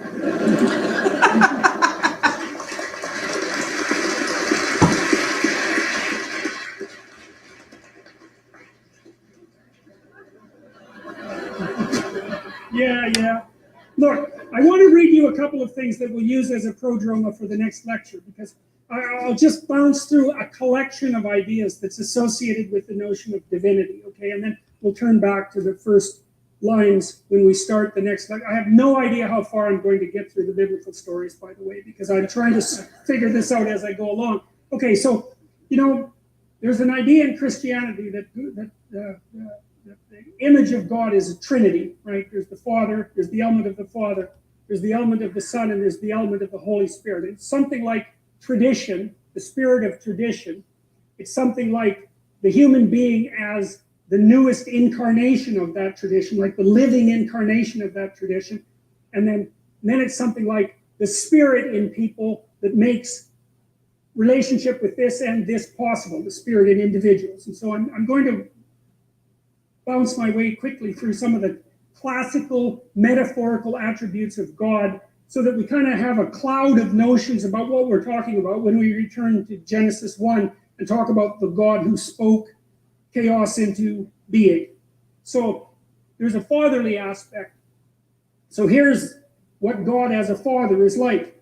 You can enter into a covenant with it, so you can make a bargain with it. Now you think about that, money is like that, because money is a bargain you make with the future, right? And so we structured our world so that you can negotiate with the future. And I don't think that we would have got to the point where we could do that without having this idea to begin with. You can act as if the future is a reality. There's a spirit of tradition that enables you to act as if the future is something that can be bargained with. That's why you make sacrifices, right? And the sacrifices were acted out for a very long period of time, and now they're psychological. We know that you can sacrifice something valuable in the present and expect that you're negotiating with something that represents the transcendent future. And that's amazing human discovery. Like no other creature can do that, to act as if the future is real. To know that you can bargain with reality itself and that you can do it successfully. It's unbelievable. That you can do it successfully. It answers prayers. I'm not saying that any of this is true, by the way. I'm just saying what the cloud of ideas represents. It punishes and rewards. It judges and forgives. It's not nature. You see, one of the things that's weird about the Judeo-Christian tradition is that God and nature are not the same thing at all. Whatever God is, partially manifest in this logos, is something that stands outside of nature. And I think that's something like consciousness as abstracted from the natural world.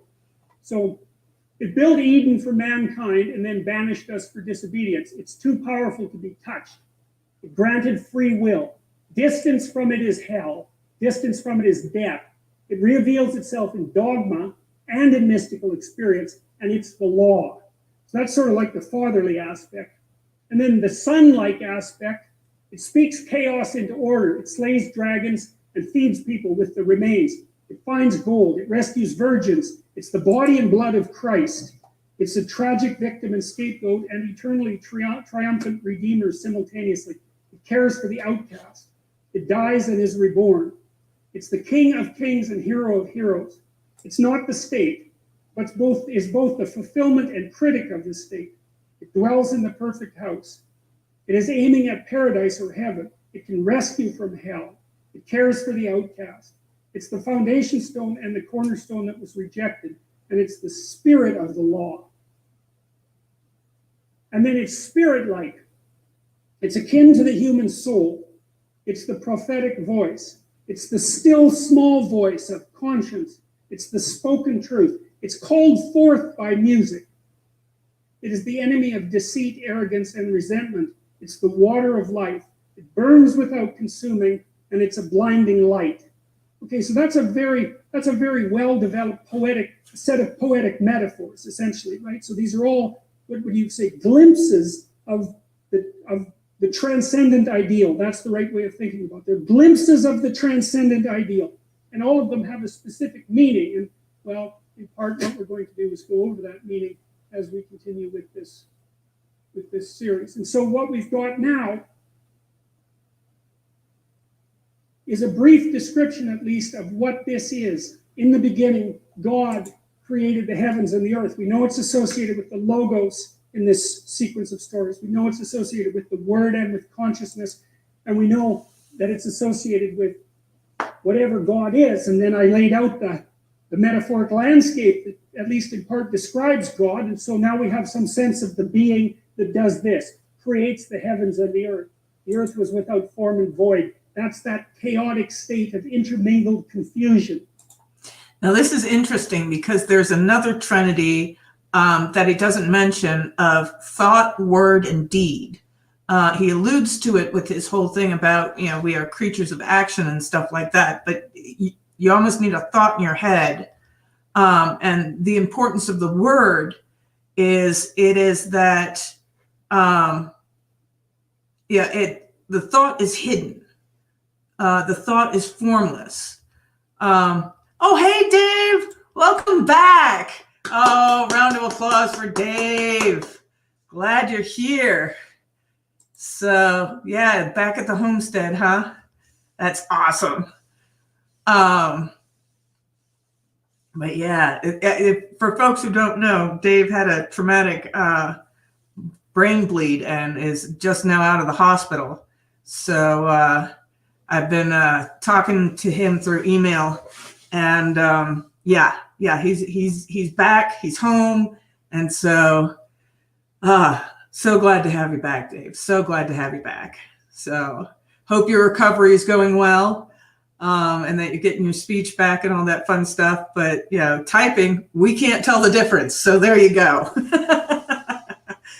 But there's the thought is hidden. It's unknown and unknowable to anybody outside of us. The word is what takes the thought out of the darkness and puts it into being. And then from that, you can do the deed, like instructions, things like that. The word, the written word, a set of instructions can then lead to deeds. So there's that other trinity of thought, word, and deed. So that's the importance of, the word was with God, the word was God, sort of thing. So yes, Samantha, he's back finally. Oh, so glad to have him back. So yeah, good to see you, Dave. But I will take a sip. I got some foolproof 1792 right here. So salute to you, sir. Here's to your continued recovery.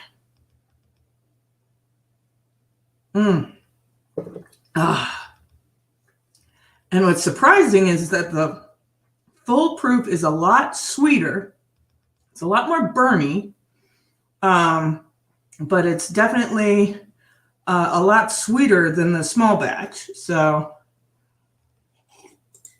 Dave says, convalescence. Yeah, I'm stuttering bad. My ping was being used up right now, and I have 14 guests at your house. Oh my gosh. Well, at least they can take care of stuff for you. But man, that's a lot of guests. Shaman says, glad to hear you're on the mend. So, yeah, good to see you again. Logic says, so, oh, hey, I missed that. Thanks for pointing it out, Justice. Real Greg Kelly show is here. Good to see you, Greg. So, yeah. We got the whole, prayers for Dave, definitely. I know we've been praying a lot for him, but we're in the last 10 minutes, so let's just talk. I can finish this up. He's going to get into Genesis 1, but we can jump into that next time and just kind of wind down from here. Glad you're here, Greg. So yeah, and I'm going to jump back to that screen where he talks about the God is, where is it? It's fatherly. The one that I found interesting in here, it answers prayers, and it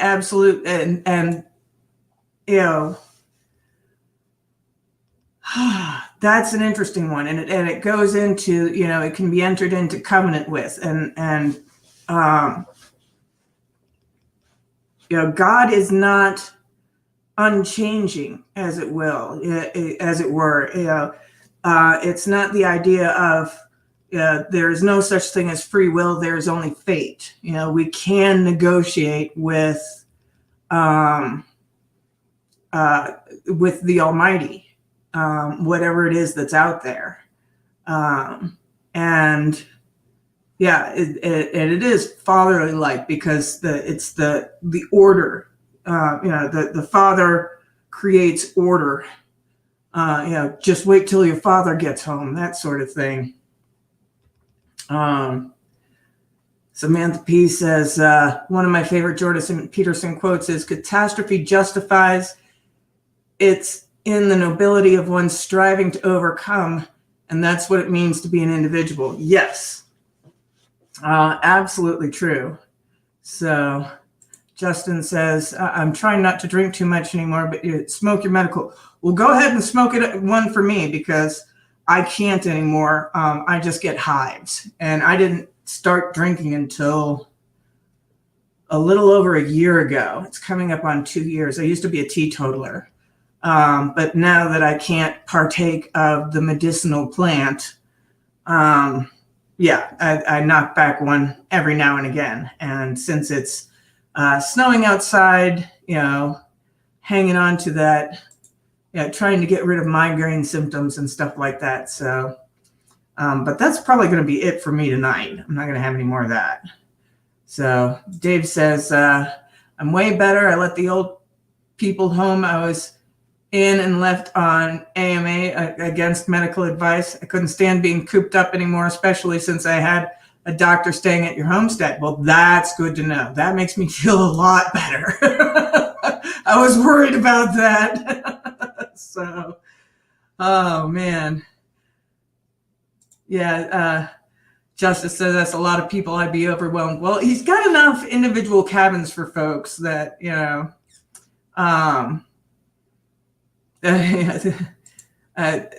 itself.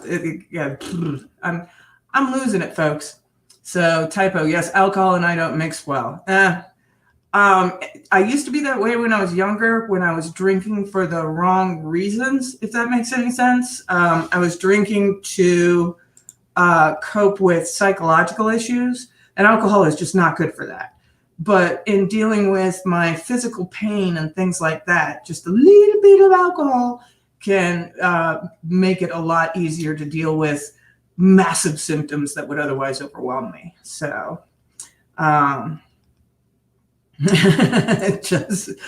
Justice says, Dave, so happy for you. I always make my great escape in the hospital just after a week or two. Yeah. Gnome says, I'm part teetotaler, right? Yeah. So, yeah, no, Dave, it's so glad to have you back. You can catch the stuff on the replay and stuff like that. But yeah. And I will continue along with everyone here, I know, for your continued recovery. Greg, you as well. Greg says, I'm well and getting better. Good to hear. Don't know what happened, but as long as people are healing and improving and things like that, that's always good to hear. So, but yeah, how did we just almost got through the first video. So, Survival says, I'm a full-blown functional alcoholic. I wouldn't say you're an alcoholic yet, Survival. You're more alcohol dependent. Oh, that's scary. Dave says, found out I'm allergic to Coumadin and Lovenox, which are blood thinners. I'm full of hives right now. Oh my gosh. And that just absolutely, that's inflammation. That's not just inflammation on your skin. That's inflammation within your body. So it's actually the exact opposite of what you want. Oh my gosh. So, Samantha P, congratulations. No alcohol in like 10 years. Good sobriety there. Good going. One day at a time, girl. Love it. So,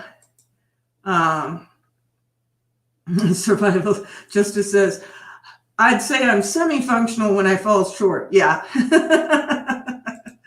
So, but no, alcoholics, when you reach the alcoholic stage instead of the alcoholic dependent stage, that's when you drink past the point where it's useful, where the negative consequences start to be more. Like my dad was a functional alcohol dependent person for decades, and then at a certain age he stopped being able to handle alcohol.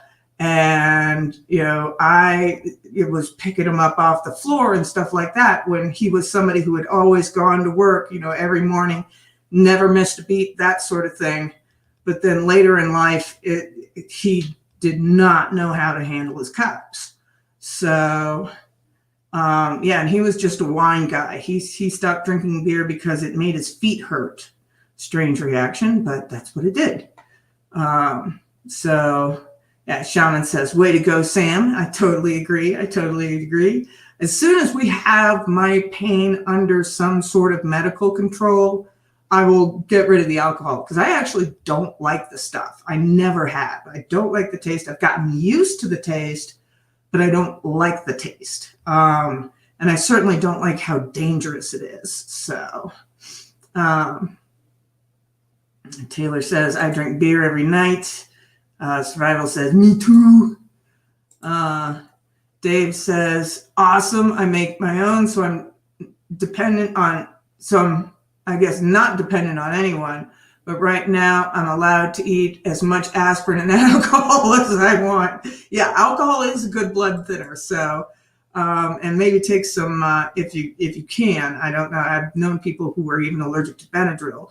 But if you can take some Benadryl or something like that for the hives, definitely do it, because that inflammation is just going to mess with the whole thing. So Justice says, I agree wholeheartedly.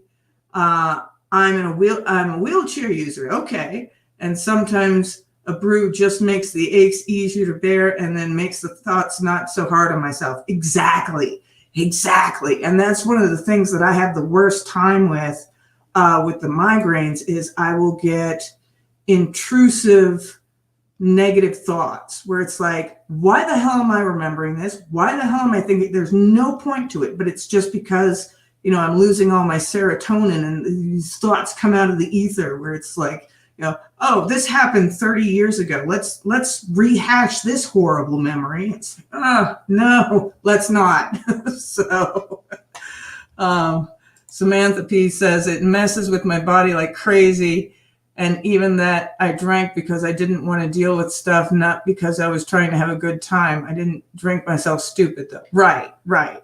And I mean, it's one of those things where if you know it's a problem, it's a problem, so just deal with it, but sobriety is fantastic. I loved sobriety. Right now, not really an option, but we'll get there again. So Different Gnome says, I remember when I had withdrawal headaches when I was a kid. Long story short, I learned not to add much vanilla extract in the homemade ice cream. Yep. Hey, American Nacho is here right at the end, reminding us all to smash that like button. Yes, please. Every little like helps. Subscribe if you're not already subscribed. So yeah, smash that like, smash it. And we are at the end tonight. We are at 7:00. So that is our 2 hours. And we will do it all again next week. Remember that Friday at 5:00, if I'm on time. I wasn't yesterday, but forgive me. But yeah, 5:00 Friday. We're on Jordan Peterson's 12 Rules for Life. We're on page 22. And we're right at the news section, somewhere in there, on page 22. I think first paragraph on page 22 is where we are in the Jordan Peterson book, 12 Rules for Life. That's the hard copy. Oh, no worries, Nacho. Just catch it on the replay. So I hope everything's doing all right with you. So, oh, you've got a Bible study of your own to give. Awesome. So I will catch that for sure. And then, yeah, 5:00 Saturday night, we'll continue with the Jordan Peterson biblical studies. Just gonna wind down for another minute here with the chat. Dave says, Doc wants me drinking spirits and wine. Good. My immune system is kind of whack right now, but I'm dealing. It's driving me nuts because Doc wants minimum usage on prots because they could create clots. Yes, absolutely. It's funny how you have to balance those things, especially with a brain bleed, because normally, clotting is good. It creates a scab, but you can't have a scab in your brain. That just, creates the whole problem over again. So we will continue to have you in our prayers, Dave. Hope you go, hope your recovery is speedy and everything like that. Taylor says, great show. Thank you very much. Appreciate it. Survival says, everyone should subscribe to Pam and American Nacho. Yes, I like it. American Nacho says, I feel like it's so relevant to what's going on in the world and country right now. Absolutely. We need as much faith. And Nacho says No, I missed it. Nacho says I'll probably go ahead and go live right after you. Awesome. So I won't keep you guys much longer. You're just processing everything. Yeah, totally. But